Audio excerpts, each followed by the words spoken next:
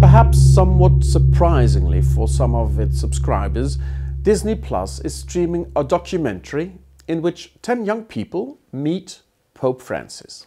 Amen, Francisco Responde is the Spanish title. In English it sounds a bit more secularized. The Pope Answers.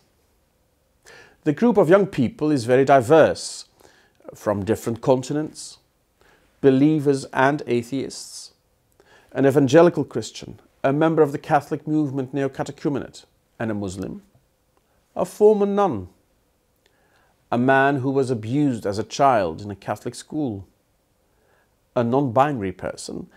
The 87-year-old church leader meets the world as it is today. "Do you have Tinder?" asks one of the young people, and the Pope doesn't know what she's talking about.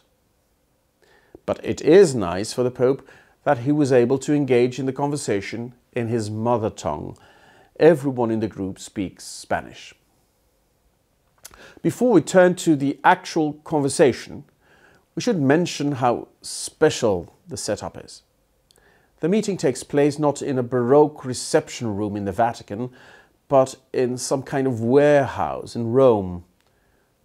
Formalities are set aside to make it clear that the Pope is visiting the young people and not the other way around. The polite Spanish form usted so soon has to give way to the familiar tú. And that said, the young people are nervous. "It's the craziest thing I've ever done," says one of the girls, "but I'm ready and excited." It's not just a conversation, someone else continues. There's a lot of symbolism around him and so much meaning. He's a heavyweight. Even in our secular society, there is something mythical about meeting the Pope. And it's not about the person, but about his function. It's about the age-old institution he represents. However, this is precisely what arouses resistance in our times. Institutions, whether political or religious, for example, are struggling. We would rather meet an individual with personal convictions than a representative expressing a common point of view.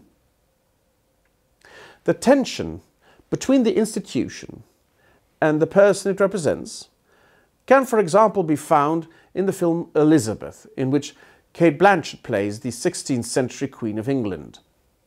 At the end of the film, the young Queen chooses to disappear as a person behind the royal office.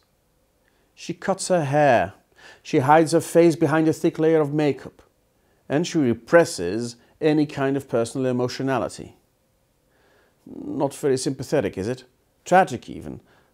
But it's a noble act of self-sacrifice. And in retrospect, this is how she became one of England's most successful monarchs. Or consider the TV series The West Wing, about the entourage of the US president. When the Catholic president in the story finds himself in moral distress at one point, he has his old confessor come to Washington. The old priest, who knew the president as a boy, asks how to address him, by his first name or Mr. President. "I prefer Mr. President," he says. And he explains, "There are certain decisions I have to make while I'm in this room. Do I send troops into harm's way? Which fatal disease gets the most research money?" It's helpful in those situations not to think of yourself as the man, but as the office. End of quote.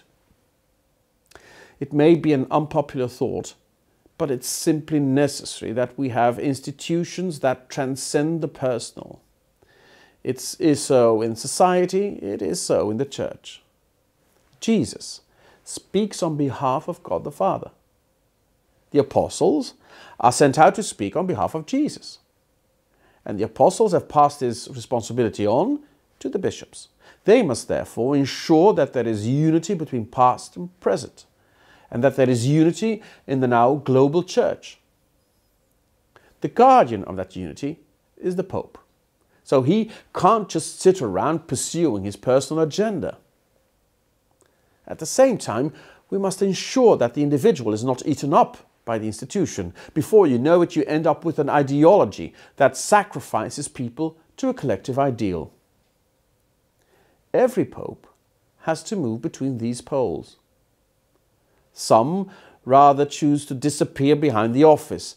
That's a form of sacrifice. Not I am important, but what I represent. Other popes have used their personalities to achieve their goals. Pope Francis very consciously moves between these two extremes. On the one hand, he shows who he is, and he does not disappear behind formalities. You also sense what his priorities are and what he clashes with. And above all, he leaves room for people to say honestly what drives and touches them, what hurts them too. On the other hand, the Pope does not merely articulate what he himself thinks and feels. He speaks on behalf of the whole. He represents the collective of a community that for 2,000 years has been seeking ways to be followers of Jesus.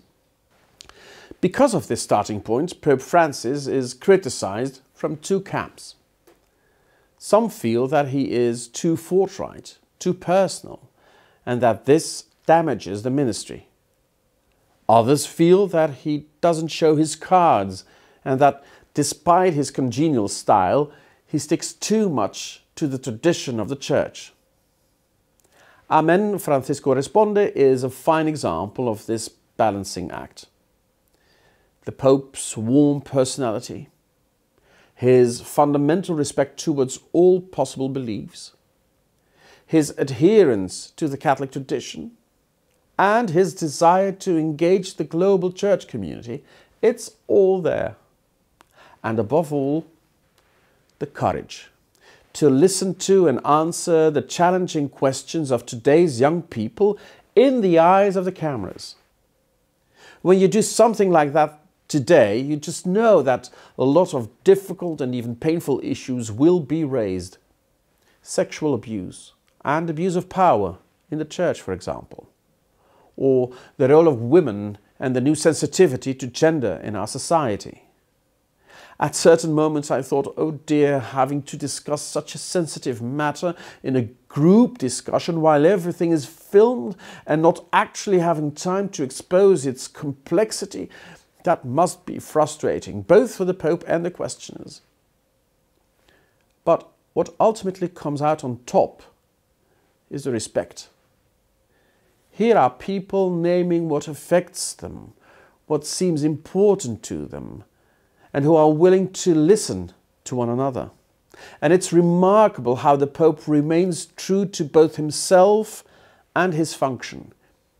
You experience his personal commitment, and at the same time you get an insight into how the Church looks at some hot topics. A very strong moment in the documentary is a conversation about abortion. A Catholic woman from Argentina tells the Pope how she clashes with the harsh and even hostile way church representatives treat women who have chosen abortion. Her question reads, why does the Church want to stand between women and their rights? The Pope's response is situated at two levels. First, how to deal with people who have chosen abortion. Second, how to look at abortion as such. On the first level, his response is clear. No one should be left at the door. The Pope says, Jesus welcomes everyone, no matter how badly you sin. The Lord will never leave you alone. End of quote. In the Catholic Church, the following principles should apply in all circumstances.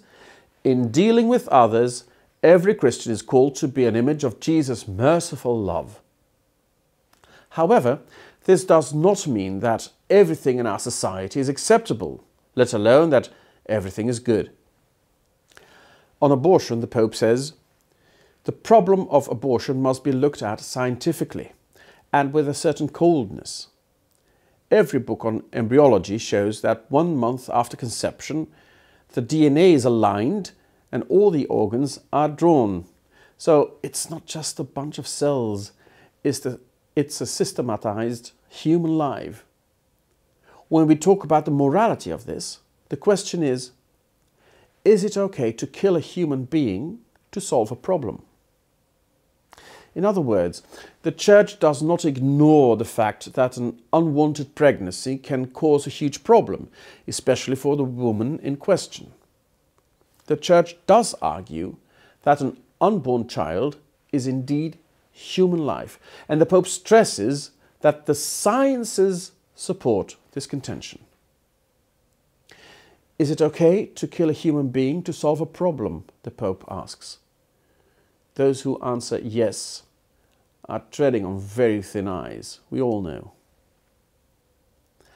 I'm not an objective source, of course, but what this documentary shows is, in my view, quite extraordinary. An old man, he could easily be the grandfather of these young people, allows himself to be questioned publicly by people who do not spare their criticism, and he remains completely himself, the vulnerable believer as well as the successor of Peter, the person and the function. At the end, he still has the mental space to press his interlocutors' hearts with warm conviction. He says, "I thank you all. Each of you has had the courage to tell the truth, and I love that, because in this way each of you has shown your own personality, your own experience, your own conflicts even, because we all have those, just as we all have our traumas and deficits. I have gained a lot from this," he says. "I've learned a lot from you, and I thank you all without exception.